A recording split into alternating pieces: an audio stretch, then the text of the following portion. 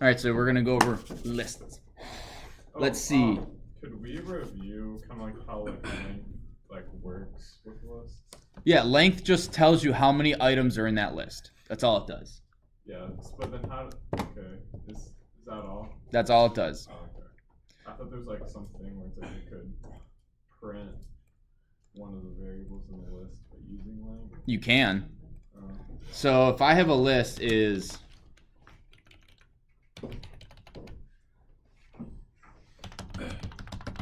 how many items are in this list? 5. Okay. So what is the index of this item? 0. Correct. What is the index of this? So I can get it with a 4, or I can get it with -1. Does that make sense? Yeah. What if... So if you say negative... Wait, why is it 4 though? If you say -2, does that give you the second to last? Yes. Okay. So can you, Oh yeah, if you count 0. make like 2 lists, can you cite from those 2 lists and like have them combined to make another list? Yes, you can add lists together. So, Camden, how many items are in that list? In that one? I mean, Carter. How many A lot. items? Yeah. Right? I don't want to count them. More than 7. More than 7. So 145. So this tells me how many items are in this list. Right. Now that I know that it's 145, what is the index of the very last number? You could use -1 or 144. 144, correct. So if I don't know how long a list is, what I can do is I can go list 1, brackets, because it's doing an index, then the length of list 1 minus 1. That's going to give me 145 minus 1, which is the same as 144, and it's the same as -1. So that's one way you can use list to get to the very end of. That's how you can use the length function to get to the very end of a list. You can also, it's easier just to use -1. But I want you guys to see that as long as the number in here, inside the brackets, is an integer that is inside the index of the list, that's fine. You could have some crazy, you can put, we could do, I gotta import random real quick. So import random as R, and then we can go rand int from 0 to the length of list 1 minus 1. Actually, this needs to be here. The length of list minus 1. Oh, you need. Wait, you need. No, wait, R dot. Yeah. No, yeah, it's r dot random. Oh, thank you. And also, I think you have to get rid of the parentheses. So that is just right? So that will randomly pick a number inside the index of the list. I could also do, yeah, you can't, well, list 1, random bracket 0 from 0 to, yeah, you can't put -1 in here. You have to have length of the list minus 1. Does that make sense? Yeah. Do you guys have questions on why here I don't need length of list, but here I do? And I'm still dealing with indexes of the list. I can tell by the confused faces you guys have questions on how that works. Is that true? Yeah. Yeah? So, here... What is exactly going on where you have list and then random and then... Well, okay, so let's break this one down real quick. So list 1, the index of -1, or I'm sorry, the -1 index of list 1 is what? 5, or it's the last item in the list. Okay? But what I'm doing is I'm directly involved in the list right now. Right? It's the -1 index of list. That's all it is. Okay? When I use this, I have in here, this is my index.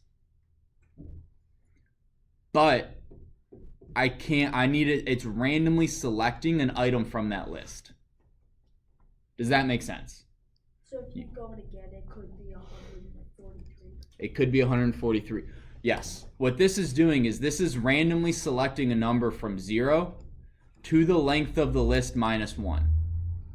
I don't know the length of this. Well, technically I do, but if it's a really, really long list, I don't know the length of that list and how many items are in that list. So I have to say the length of the list minus 1. Actually, I don't even need the minus 1. Oh, wait, no, I do with randint. Never mind. So this is saying the random number that we're choosing is between 0 and however long the list is, minus 1. Because if the length of the list is 145, the index of the last item in that list is what? Who said 144? Nice job, Luke. Yes, it's 144. That's confusing, but it makes sense. Yes, it is confusing, but oh, okay, yeah. Because it starts at 0. It doesn't start at 1. It's confusing because I don't know how to use that. You don't know how to use what? Like, I don't really know how to use that. I understand it, but I don't know how to. Well, we'll get to it. You're saying you can't have, in the index, you can't have the list inside the index of the list, right? No, you can So have... you can't just put 0, comma, list 1, negative 1. Correct. Because that's going to give me a number in the list. That's not going to give me the index of the list. So that was great. That's on YouTube. So this right here, randint r.randint from 0 to 144. That is what this is giving us. Okay? I'm just using the length of the list, which is 145 minus 1, to give me a random number from 0 to 144. Once I have that random number, in this case 60, we're going list 1 index 60. Does that make sense? I have one question though. Yes. So I'm still confused when you say like 0, comma length. I'm just confused like what Well, that means. This is a code. This is some code that's going to give me a number, Okay. right? And it's going to give me the number, the length of list 1, which is 145, minus 1. Okay, yeah. It gives me 144. So my parameters for my random int are 0 to 144. Then that picks a random number from 0 to 144, in this case 60, and then what it would do is it would then put all of this right here becomes the number 60, so then I have list 1 index 60. Okay. Yes, JD, and then Matt. That's just a question. Yeah, Matt. Oh, I didn't get it. Oh, no question. Zeke. How do you delete? Things? Would you just? How do I delete what? How do you delete things from lists? Would you say like delete? There's 2 ways, and we covered one. We're going to cover another one. Do you have a question, Luke? No. Okay. So, yes, Libby. Can you go for slice time, please? Yes. 1 second. So to delete something from a list is simply delete the name of the list and then the index of whatever you want to delete.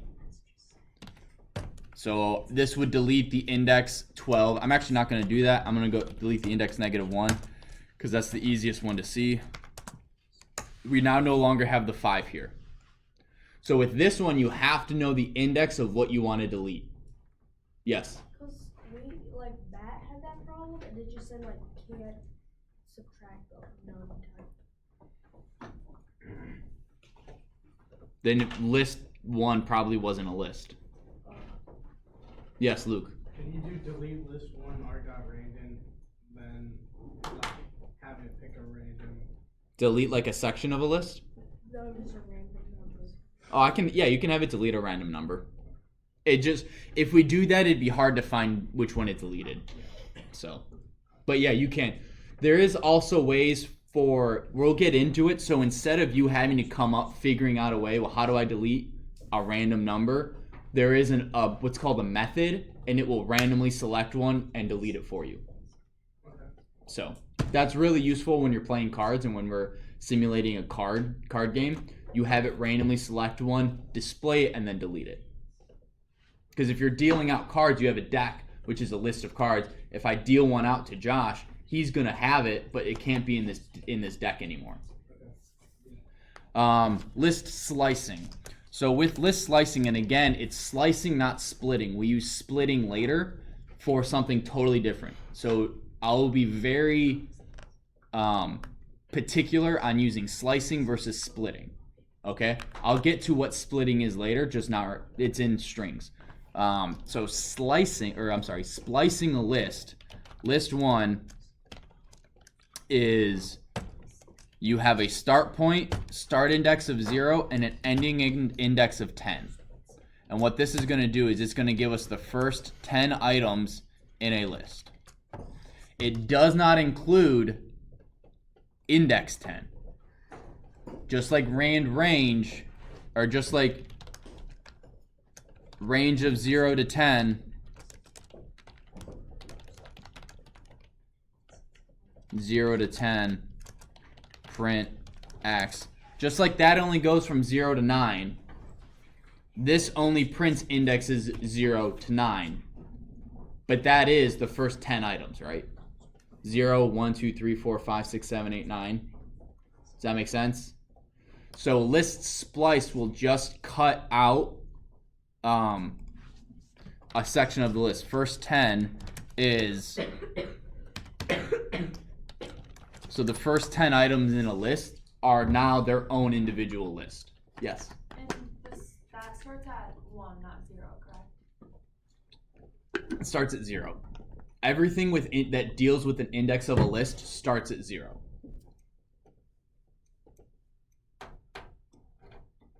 Does that make sense? Mm-hmm. Okay. Now, if you do not provide a start point, like if we got rid of this 0, it would default to 0. It would just start at the beginning of the list. And if we don't provide an end point, it will default to the end of the list. So if you just have this list bracket colon bracket, it's the whole list. So first 10 no longer becomes the first 10 items. First 10 is the whole list. So that is a way of copying a list without duplicating a list. Now, what's the difference? We'll get to that. There is a big difference between copying a list and duplicating a list. But yeah, we'll get to that hopefully today. So, I think I skipped a section. So list 1 is, all right, we're gonna go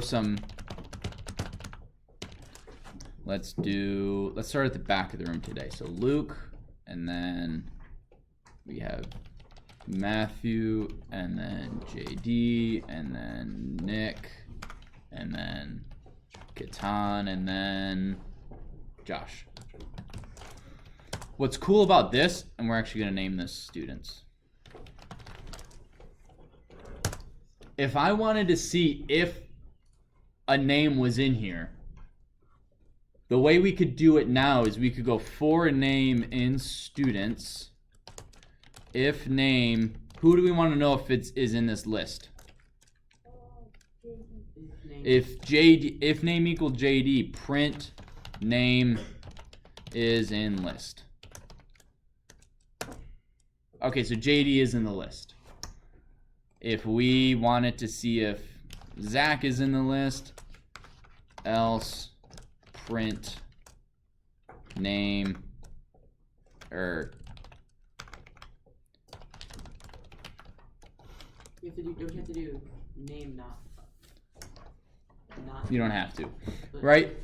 But I don't necessarily want to have to write a for loop. It would also slow my computer down to always loop through. So what they came up with is you can just go if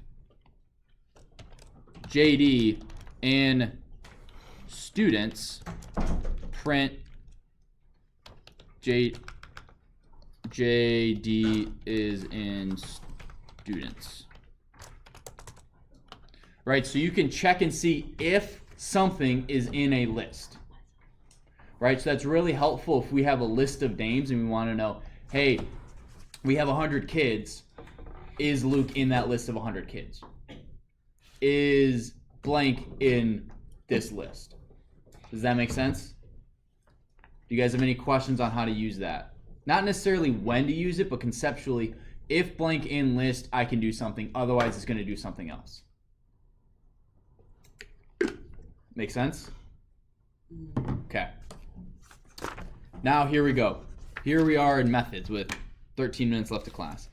A method is a function that has to be applied to something, right? The book says it's the same thing as a function, except it's called on a value. What that basically is saying is that when we write a function, right, define fun1, and this is print hello, I can just run that, right, and it will do something.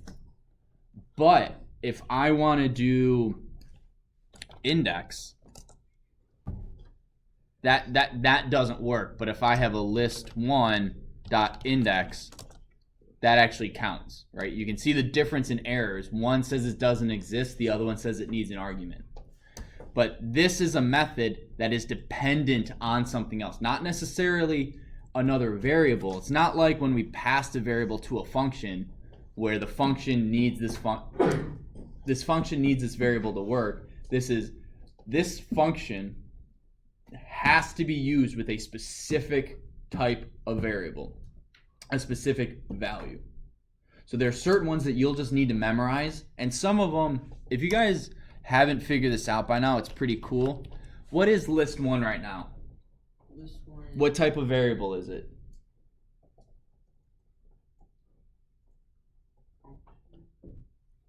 Hint, it's in the name. List. It's a list, yes. So what you can do is if you hit list period, and if you wait, a list of commands will come up. You can force that by hitting period tab. Okay, apparently not. But these are all of the commands that you can use with a list. So if you forget one on a quiz or a test, this is part of the program. I can't stop you from using this. You're welcome to use this. So you can go, oh, I know to add something to the end of a list. It starts with an A. I can't remember what it is. Boom. You can just go, oops, append. Great. List1 dot, and then you wait about 2 seconds. Wait, why is it not showing up? No internet? No. You click it.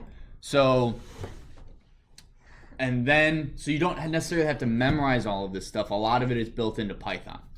So is it just a command? What? Append will then add whatever in the parentheses to the list, but we're going to get to that. Wait, what's the button where you can see where you want it? You just wait. Mine's not working. Mine's not working. List1 dot. Okay, if you guys are in the console, it won't work. If it's in the shell, you can wait. If you're in the console, I can find that, because I think it's like, list1 is, it should work. If you hit tab in console, it pops up. So again, I hit list1 equal list1 dot tab, and this pops up. So you have to define the first thing in the console. Yeah, if you do not have, your variable has to have a value. So I could do x is a blank string and then x dot tab. It's going to be different because it knows it's different strings. It's a string. I could do x as an integer, x dot tab, and I get different, well, maybe not. But depending on what type of variable it is, you'll get different commands to work with that. So list.1, the first one we're going to do is called index. What this will do is it will tell you where an object is located in a list. Why would I need that? Good question. I don't know. No, I'm kidding.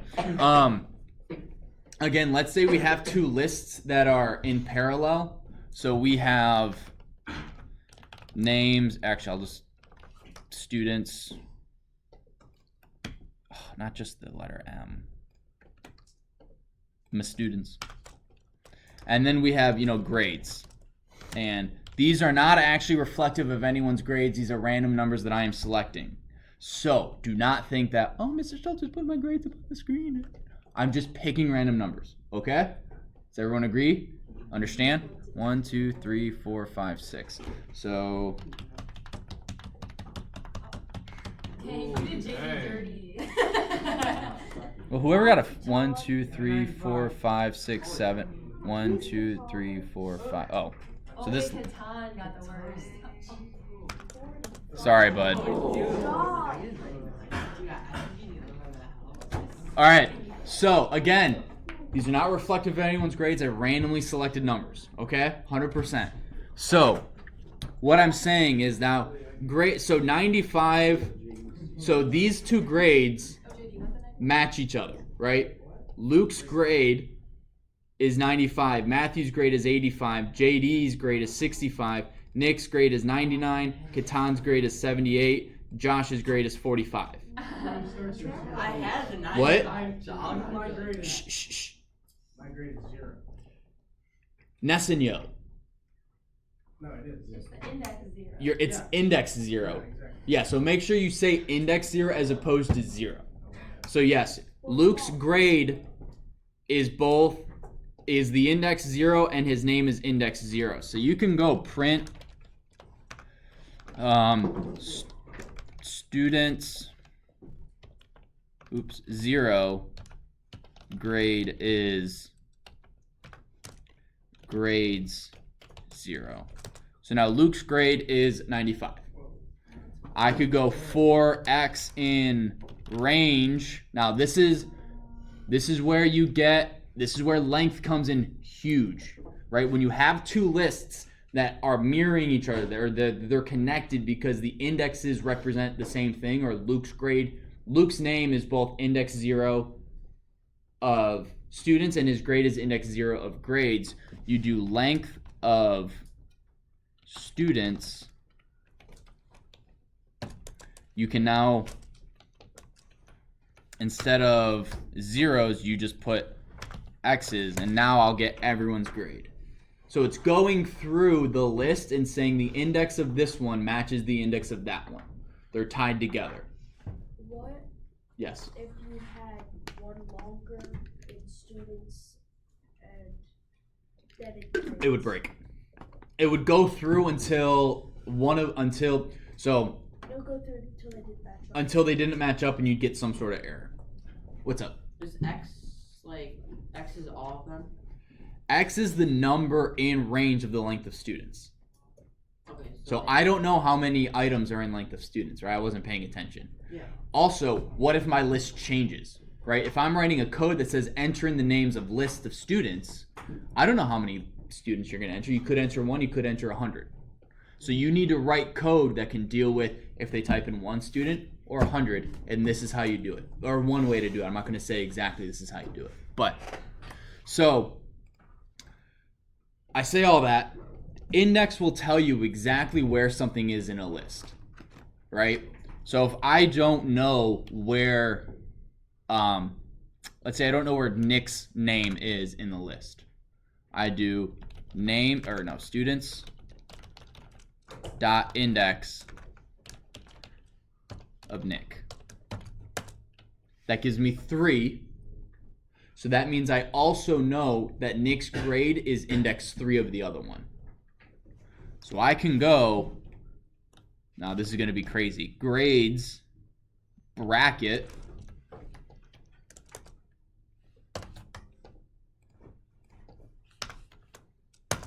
that's going to give me 99. Because this right here gives me the index location of Nick. And if I've coded my code to have grades and names mirror each other or be, connected, I can then just have grades. I can find Nick's grades pretty easily. Again, this comes down to you coding it a certain way. It won't always work, right? You can't just have 2 lists and be like, all right, whatever. you have to intentionally say, please enter the grades for this person. Please don't just enter grades, because I could enter grades. I could enter names starting with Carter and working my way back, and then enter grades from the back working my way forward. So you would have to code it in saying, please enter the names of your students. Please enter the grade for Carter. Please enter the grade for Camden. Please enter the grade for Josh. And you would code it in such a way and create the list and create essentially the database in order for your code to work. Does that make sense? So you really do have to start thinking about, how am I going to code this? Josh. So are you able to have the user put an input to like check whatever name they want to? So like say. Yeah, you can say, if this name is in there, get me the grade. Otherwise, tell me the kid's not in the class. Yeah, because you do an input and then they can enter a name and Mhm. then it'll go and tell them their grade, like that person's grade. So say if they looked up Josh, right? So say input, like please enter a name. And then they looked up Josh and like display the grade. Yep, that's exactly how you can do it. Okay, do you guys have questions on how the index function works and what it does? Kitan, you good? Yeah. All right. I'm just making sure. I randomly call people out. Josh, are you good? Yeah, I'm fine. What are you guys laughing at? No, he did the same thing except he did like 8 grades. Oh, all right. Now the next two. All right. Well, we're not going to get through most of these. The next one is append, which will add to the end of the list. So let's say I want to add students.append. Who's after Josh? Micaiah. M-I-C-I. No. A-I-A. Right? Yes. I want to add Micaiah to the end of the list. Now, students contains one more student. And then, one sec, man. And then I would also add grades.append. Zeke, what grade does Micaiah have? 25. Wow. You're going to want to... grades. So now, again, I can do the same thing. And because I've appended them both to the end, Micaiah's grade is consistent. Okay, guys, don't start packing up. The bell isn't rung. Van. Is there a difference between the append command and grades plus equals bracket 25? Yeah, one contains a list beforehand. The other one is just you're taking a value and you're throwing it in. So one is concatenating lists and the other one is adding a value to a list. So yes, there's a difference. But Before you have to make, like, if I typed in a name, that name would then have to be put into a list. Guys, has the bell rung? That doesn't count. It had not rung before I said that. So, guys, one sec. What I want you guys to do is to read how to remove stuff and the sort method. So read up until the example program Magic 8 Ball. I'm going to quiz you guys tomorrow. Not 90 and 91 and 92.